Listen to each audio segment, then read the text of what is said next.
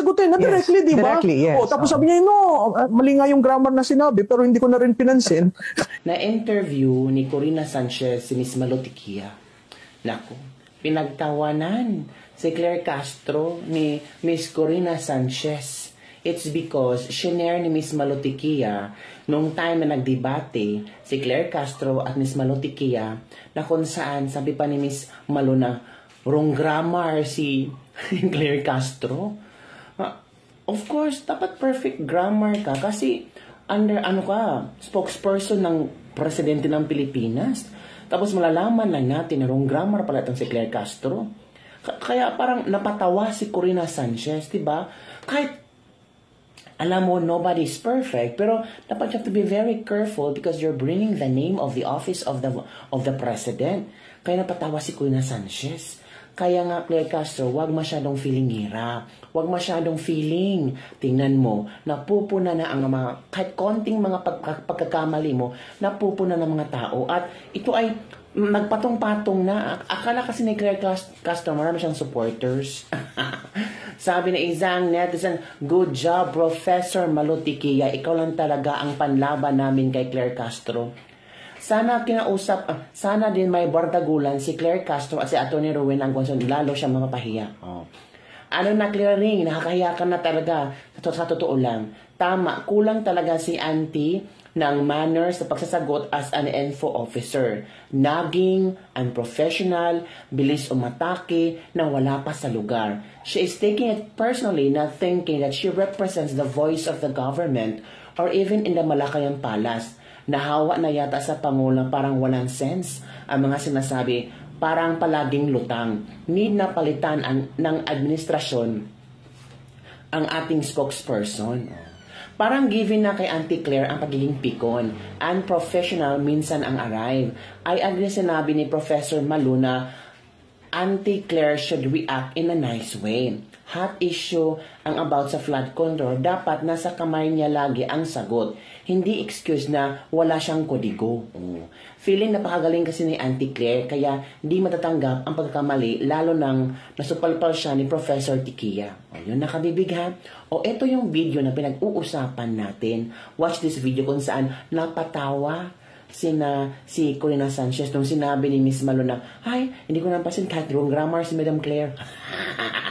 So watch this video kabibig. As in, mahuhook ka talaga sa ito yung magandang conversation Corina Sanchez and Miss Malotikia.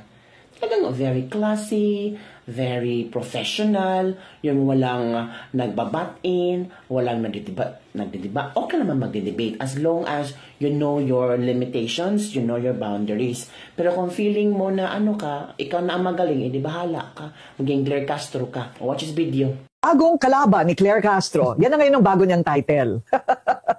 Professor Malotikia is in the house, political analyst, pollster, and columnist. Ayan, hello. Hello. Is that a badge of honor that you are now the nemesis of the presidential information officer? Hindi naman. Pero kung gusto mong turuan yung communications, kung gusto mong turuan ng paano ba ang political communication, political strategy, it's a badge of honor kasi kailangan natin turuan kasi yung mga nasa comms, baka akalain siya yung modelo.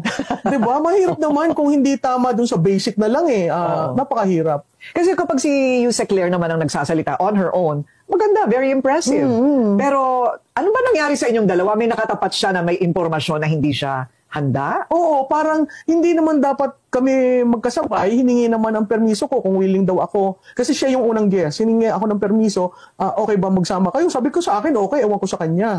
So, siguro pumayag, kaya ganun yung pagkalatag nung TV show na yon. Hindi niya siguro alam na ako yon. Napag-usapan ng Ghost Project. Oo. Di ba? At hindi niya rin alam na ididiin ko.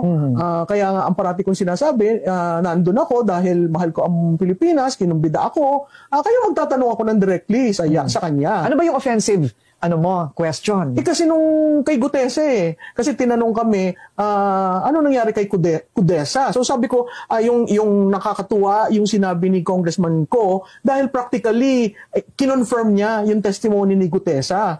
Tapos tinanong sa akin, alam niyo ba kung nasan si Gutesa? Ang sagot ko, baka gusto niyong itanong kay Yusek yun. Bakit ko sinabi yun? Kasi when you're the spokes of government, you represent government, right? You represent the office of the president, you represent the state.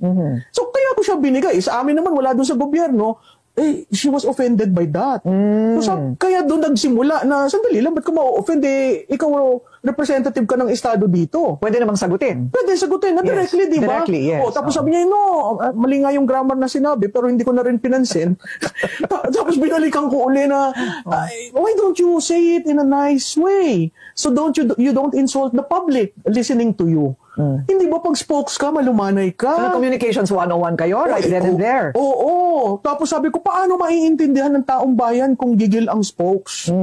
So siguro she was offended by that. I wasn't planning to offend her. But did you make up after the interview? Oh, I reached out. Ako ang nag-offer ng hand. And yung tatlong host doon nakatingin, so she had to, offer at nagbeso-beso. So yung picture na linabas, talagang nakangiti naman kami. Sa akin naman, walang masama yun eh. Sa isang demokrasya, pag nagtapunan kayo ng mga posisyon, sa dulo, dapat iniiwan mo na yun. But in your assessment, she was not prepared to answer, especially about not only Gutesa, but the facts and figures about the Ghost Project. Yes. So I was so surprised. Di ba, if you're the spokes or whatever her name is, I usually call her the official barker. Okay. Right? So, hindi mo maalala ang pangalan niya. Grabe ka hindi naman. Talaga. Oo. Claire Castro. Kaya BFF ako ng BFF. In fact, during the interview, sinabi ko, yung BFF ko. Pareho pa naman kami nakapula. Kaya linuloko kami ng mga hosts. So, ang sabi ko sa kanya, hindi niya alam ang Ghost Projects. Ang punto ko doon, sa Ghost Projects, ghost nga di ba? May nagplano, may nag-alat, may binayaran. Pagpunta mo doon, wala. Ba't hindi makasuhan yung 482? I agree. Di ba? Unahin mo muna yon bago itong hahanap ka pa ng ebidensya. Di ba? Ito ang paper trail nasa kanila. Ang money trail nasa kanila. Ang sagot sa akin, hindi daw niya alam ang datos, hindi daw niya alam na ako yung magiging kaharap niya. But isn't data, if you're the spokes, that's like back of your hand. Alam mo. Kasi anytime, somebody will ask you. Right. But she makes a distinction that she is not the spokesperson. Ayaw daw ni Presidente ng spokesperson. Ay, nakakahiya naman ko rin na kung ang spokes mo ay ganun. Well, she calls herself the Presidential Information Officer or Communications Director. Di ba? Pag information officer ka, data is like your life. Yun na nga, kabibig.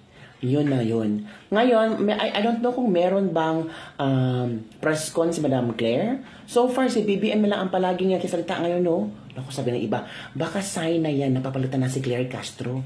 Baka naghahanap na si BBM kung sino ay papalit ni Madam Claire Castro. Kasi alam nyo, kabibig, yung sino ba yung yung kahapon na press con ni Madam Claire kung saan parang palikoy-likoy yung sagot niya tungkol sa tungkol kay Bersamin. Tapos sinabi ng isang news reporter or newscaster na, kailangan naming malaman kasi taxpayers ang nagtatanong. So kung taxpayers ang nagtatanong, obligado tayong sumagot. Ay, yun kabibig, nagpalakpakan ang mga tao. Nagpalakpakan ang mga tao dahil nasupalpal talaga si Claire Castro sa sinagot ng isang reporter. So ngayon, si Claire Castro, parang aywan ko kung ano ang feeling ni Claire Castro ngayon. Basta, sabi nila, baka maano si Claire Castro, mapalitan na yan. Sabi nga ni Miss Malotikia, kung pwede palitan na si Claire Castro. Kasi the more na papangit ang imahe ng Office of the President, the more na mawawala ng tiwala ang mga tao dahil sa spokesperson daw. Wala ng tiwala ang mga tao kay BBM, mas lalong bababa ang trust rating ng Pangulo dahil sa kailang spokesperson na kung ano-ano man lang ang mga sinasabi at ano-ano mga sagot na wala dito, wala doon. Sabi nga ni Chavit Singson, ay nako girl, gano'n talaga tawag ni Chavit Singson kay Claire Castro, attack dog daw. Sana daw na hindi maging attack dog si Claire Castro kasi opisina ng presidente ang kanyang, ang tawag dito, dinadala.